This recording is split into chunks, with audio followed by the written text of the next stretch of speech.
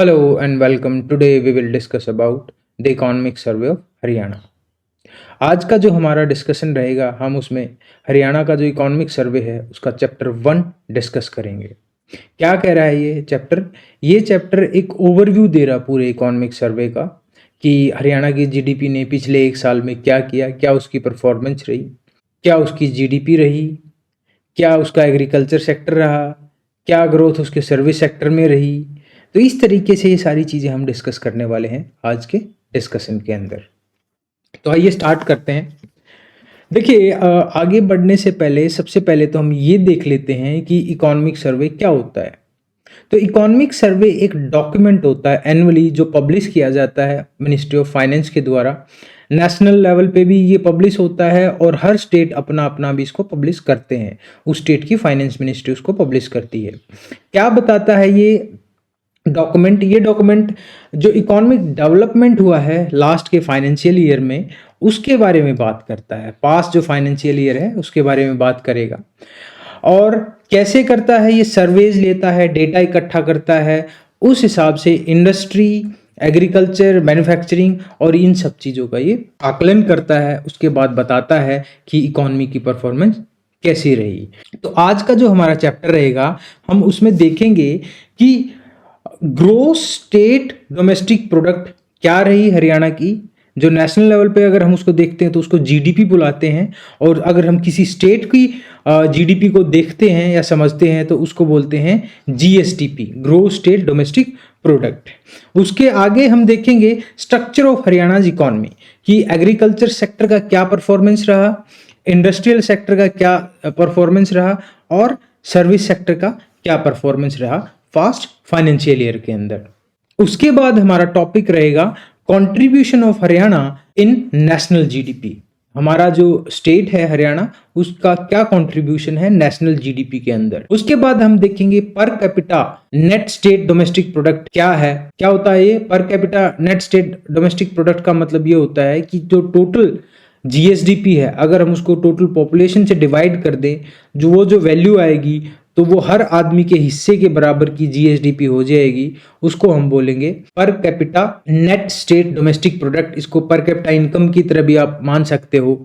तो ये जो टॉपिक्स हैं हम आज डिस्कस करने वाले हैं। तो सबसे पहले हम स्टार्ट करेंगे जीएसडीपी के साथ। जीएसडीपी का मतलब है ग्रोस स्टेट डोमेस्टिक प्रोडक्ट। देखिए जीएसडीपी डिस्कस करने से पहले हम देखेंगे जीडीपी क्या होती है, क्योंकि अगर आपको जीडीपी समझ आ गया तो सिमिलर लाइंस पे ही जीएसडीपी की परिभाषा है। So GDP is the total value of final goods and services produced within the territory of a country in 1 year. यहाँ पे ना 2-3 चीजें आपको ध्यान पे रखनी है। एक तो value of final goods and services, दूसरा कहाँ पे वो प्रोड्यूस की गई हैं, और तीसरा क्या टाइम पीरियड है। ये 3 चीज ध्यान रखनी है आपको।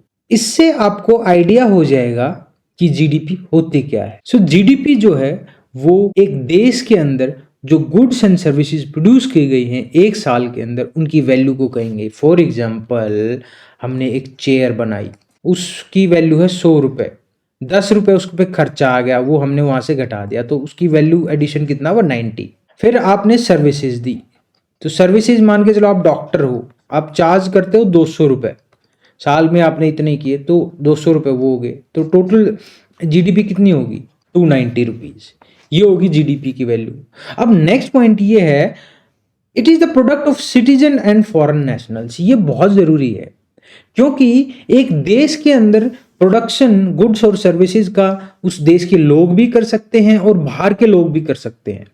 फॉर एग्जाम्पल इंडिया नेपाल का ओपन बॉर्डर है, बहुत सारे नेपाली लोग यहाँ आते हैं, काम करते हैं, उन्होंने कुछ गुड्स बनाई या सर्विसेज प्रोड्यूस की यहाँ पे, उनकी जो वैल्यू है वो इंडिया की जीडीपी में ऐड हो रही है। क्योंकि इसकी डेफिनेशन ये, अगर मैं जीएनपी की बात करूँ ना, ग्रॉस नेशनल प्रोडक्ट की, उसमें क्या होगा जो ये तनख्वाह ले रहे हैं, जो वो अपने देश भेज रहे हैं यहाँ पे, जो गुड्स एंड सर्विसेज प्रोड्यूस किए हैं उसके बदले उसको माइनस कर दिया जाता है। लेकिन यहाँ पे उसको माइनस नहीं किया जाता क्योंकि हम यहाँ पे वैल्यू देख रहे हैं किसकी, उस गुड और सर्विस की, और वो जो वैल्यू है उसको ऐड किया जाता है, उसके बाद जीडीपी या जीएसडीपी आती है।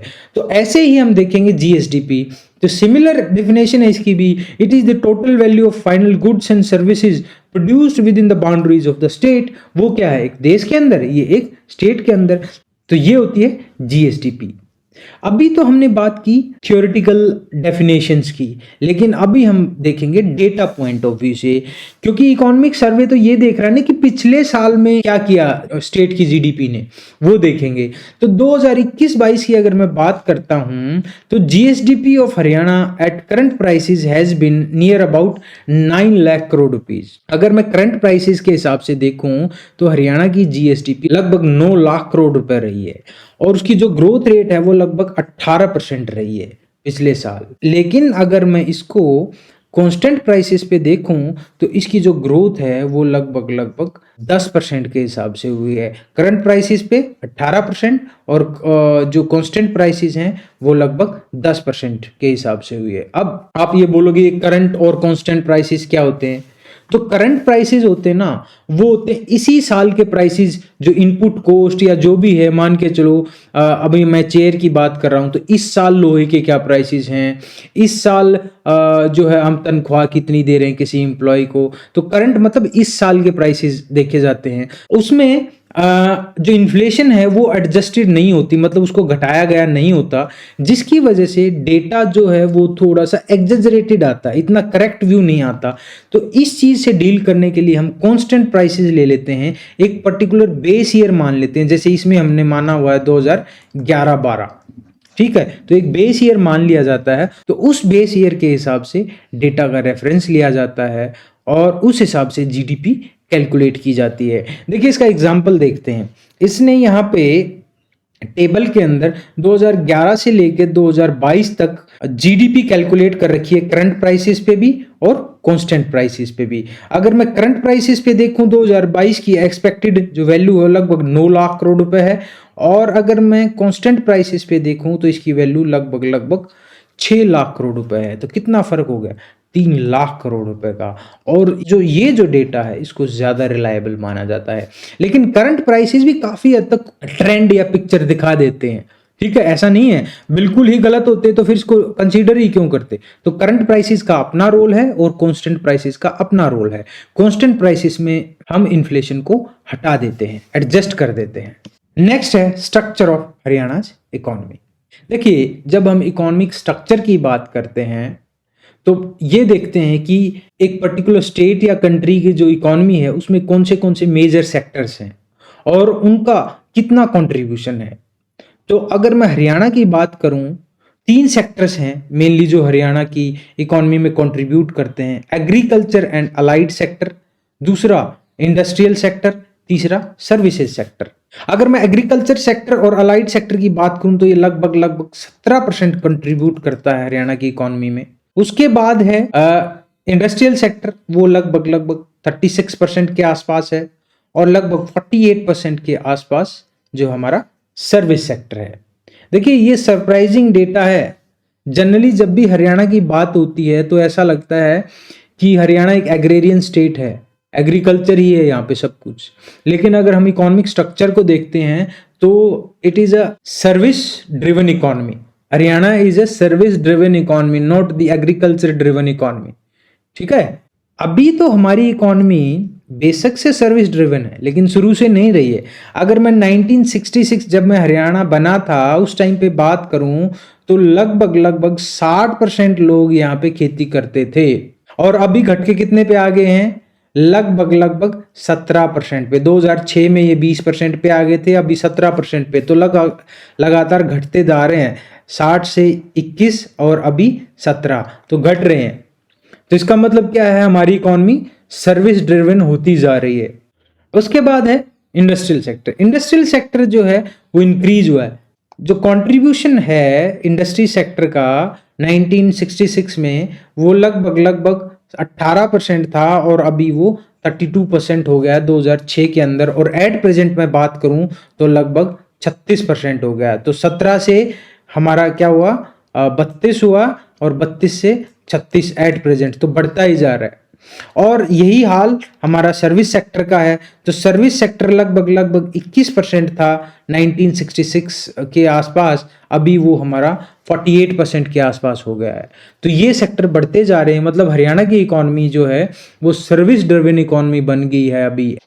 देखिए नेचुरली भी कोई भी इकोनॉमी जब भी ग्रो करती है तो ऐसे ही चलती है। सबसे पहले उसका एग्रीकल्चर सेक्टर जो है वो ग्रो करेगा, फिर जैसे जैसे वो डेवलप होने लग जाएगी वहाँ पे इंडस्ट्रीज आने लग जाएंगी। जब इंडस्ट्रीज आने लग जाती हैं तो वहाँ पे सर्विस सेक्टर डेवलप होने लग जाता है। ये एक नेचुरल एक डेवलपमेंटल साइकिल है कि एग्रीकल्चर से इंडस्ट्री से सर्विसेज। जो इकोनॉमीज आज के टाइम पे सर्विस ड्रिवन इकोनॉमीज हैं वो कभी एग्रीकल्चर ड्रिवन हुआ करती थी और फिर इंडस्ट्री ड्रिवन हुई। फॉर एग्जांपल अमेरिका, आज हम इंडस्ट्रियल लेवल पे वहां खड़े हैं जहां पे अमेरिका 50-100 साल पहले था। अभी उनकी इकोनॉमी जो है वो सर्विस ड्रिवन है। लेकिन चाइना जो है उनकी इकोनॉमी कैसे है, इंडस्ट्री ड्रिवन, तो वो भी धीरे धीरे सर्विस की तरफ मूव हो जाएगी। इंडिया में अभी इंडस्ट्रियलाइजेशन बढ़ रहा है, लेकिन इंडिया एक ऐसा एक्सेप्शन है जिसने इस नेचुरल ग्राफ को फॉलो नहीं किया था। एग्रीकल्चर से इंडस्ट्री से सर्विस। हमारा क्या था, एग्रीकल्चर से सर्विस पे ज़्यादा, इंडस्ट्री भी बढ़ी लेकिन सर्विस बहुत ज़्यादा बढ़ी। तो ये एक एक्सेप्शन है इंडिया इस मामले में। ठीक है, अभी हम देखेंगे ये जो सेक्टर्स हैं इनको वन बाय वन कि पिछले साल एग्रीकल्चर का क्या परफॉर्मेंस रहा, इंडस्ट्री का क्या परफॉर्मेंस रहा और सर्विसेज का क्या परफॉर्मेंस रहा, डेटा क्या कहता है। तो आइए स्टार्ट करते हैं एग्रीकल्चर के साथ। देखिए एग्रीकल्चर जो है वो काफ़ी इंपॉर्टेंट सेक्टर है हरियाणा की इकोनॉमी के अंदर। लेकिन पिछले साल जब पेंडेमिक आया तो हरियाणा की इकोनॉमी या पूरे देश की या पूरी दुनिया की इकोनॉमी बिल्कुल हिल गई थी। इसके बावजूद भी एग्रीकल्चर सेक्टर पे इतना ज़्यादा इम्पैक्ट नहीं आया। ठीक है, लेकिन ये होने के बावजूद भी नेगेटिव ग्रोथ दिखाई। ओवरऑल तो डेटा क्या कह रहा है कि 2021 में एग्रीकल्चर ने नेगेटिव ग्रोथ दिखाई पेंडेमिक के टाइम पे। लेकिन आप दूसरी तरफ ये कह रहे हो कि पेंडेमिक का इम्पैक्ट नहीं था। तो कारण क्या है, कारण था लाइव स्टॉक सेंसस। अब हुआ क्या, जो पशु हैं उनकी गणना हुई और पाया गया कि जो पशुपालन है वो घट रहा है। लगभग लाइव स्टॉक की जो पॉपुलेशन है वो 29-30% घट गई है। और जब हम एग्रीकल्चर की बात करते हैं तो पशुपालन उसके साथ ही जोड़ा जाता है। इसको ना एक एग्जांपल से देखते हैं। मान के चलो आपके यहाँ 4 एकड़ जमीन है, 1 लाख रुपए के गेहूं पैदा हुए। अब की बार 1,10,000 रुपए के पैदा हुए, लेकिन अब की बार आपने भैंस नहीं रखी, भैंस बेच दी है, गाय बेच दी है आपने, तो उस भैंस की भी तो वैल्यू थी। पिछली बार क्या था, भैंस आपकी 50,000 रुपए की थी, 1 लाख रुपए की आपकी जो क्रॉप पैदा हुई थी तो 1.5 लाख रुपए हो गए। लेकिन अब की बार 1,10,000 रुपए की क्रॉप तो होगी, भैंस है ही नहीं, तो क्या हुआ, ओवरऑल जो वैल्यू है वो तो घट गई ना। तो इस वजह से एग्रीकल्चर सेक्टर ने 2020-21 के अंदर नेगेटिव ग्रोथ दिखाई थी, despite that it did well in pandemic. लेकिन 21-22 में ये लगभग 2.5% के साथ ग्रो करने वाला है। जो अभी तक डेटा आया है उसके कैलकुलेशन के हिसाब से 31 मार्च तक ये ऐसा आइडिया लगा रहे हैं कि ये 2.5% के साथ ग्रो करेगा। नेक्स्ट है इंडस्ट्रियल सेक्टर। इसमें भी यही बात कर रहा है कि भाई पेंडेमिक की वजह से 2020-21 में नेगेटिव ग्रोथ रही, लेकिन 2022 में ये भी लगभग 12% के साथ ग्रो करने वाला है। देखो फैक्ट है भाई, इसमें तो मैं क्या समझा सकता हूँ आपको, ये फैक्ट्स हैं कि 2021-22 में लगभग इस स्पीड के साथ हरियाणा की इकॉनमी ग्रो करने वाली है। ऐसे ही सर्विस सेक्टर, इसने भी रिकवरी मार ली है और 2021-22 आना चाहिए यहाँ पे, 21-22 के अंदर इसकी जो ग्रोथ है वो लगभग 10% के आसपास रहने वाली है। नेक्स्ट है contribution of Haryana in national GDP. देखो हरियाणा एक बहुत छोटा स्टेट है, लेकिन यहाँ का सर्विस सेक्टर और इंडस्ट्री काफ़ी स्ट्रॉन्ग है, जिसकी वजह से देश की जीडीपी में बहुत बड़ा कंट्रीब्यूशन है इसका। अगर मैं 4 व्हीलर्स की बात करूं तो इंडिया का लार्जेस्ट मैन्युफैक्चरिंग स्टेट है ये। ऐसे ही सर्विस सेक्टर में गुड़गांव वगैरह का जो एरिया है आपका, वहाँ पे बहुत सारी वर्ल्ड की leading software company, IT companies वहाँ से ऑपरेट कर रही हैं।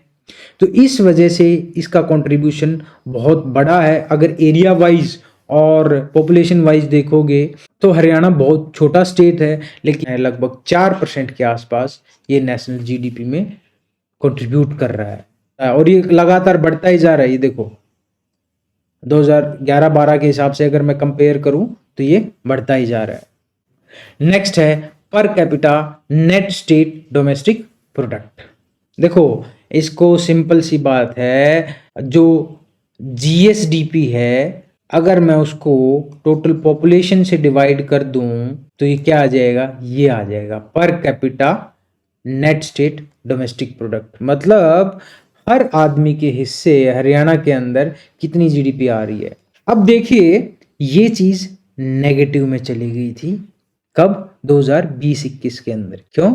Because of pandemic.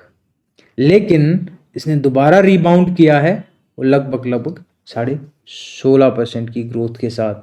फिर इसने क्या कर रखा है, इसको कंपेयर कर रखा है किसके साथ, इंडिया के साथ। तो पर कैपिटा इनकम जो हरियाणा की है वो एक्सेप्ट फ्यू इंस्टांसेस, हरियाणा की जो पर कैपिटा जीडीपी या पर कैपिटा इनकम है वो नेशनल पर कैपिटा इनकम या जीडीपी से ऊपर ही रही है। ये देखो इसने बता रखा है हिस्ट्री में, जब 1966 में हरियाणा बना था तो पर कैपिटा इनकम लगभग 608 रुपये थी। लेकिन अगर आज मैं करंट प्राइसेस पे देखूं तो 2,74,635 इतनी है, 3 लाख के आसपास है। और कांस्टेंट प्राइसेस पे देखूं जिसमें जो रेफरेंस पीरियड है, रेफरेंस डेटा है, वो आपका 2011-12 का लिया गया है, उसमें लगभग 1,89,000 रुपये। ये देखो इतना फर्क है इसके अंदर करंट और कांस्टेंट, क्योंकि इसमें इन्फ्लेशन एडजस्टेड नहीं है और यहाँ पे इन्फ्लेशन एडजस्टेड है। So this was all about chapter 1 of economic survey of Haryana. Chapter 2 को हम नेक्स्ट वीडियो में डिस्कस करेंगे। हरियाणा इकोनॉमिक सर्वे के अंदर जितने भी चैप्टर्स हैं हम उनको 1 by 1 डिस्कस करेंगे। And that's all for today. Thank you for watching. See you in next video.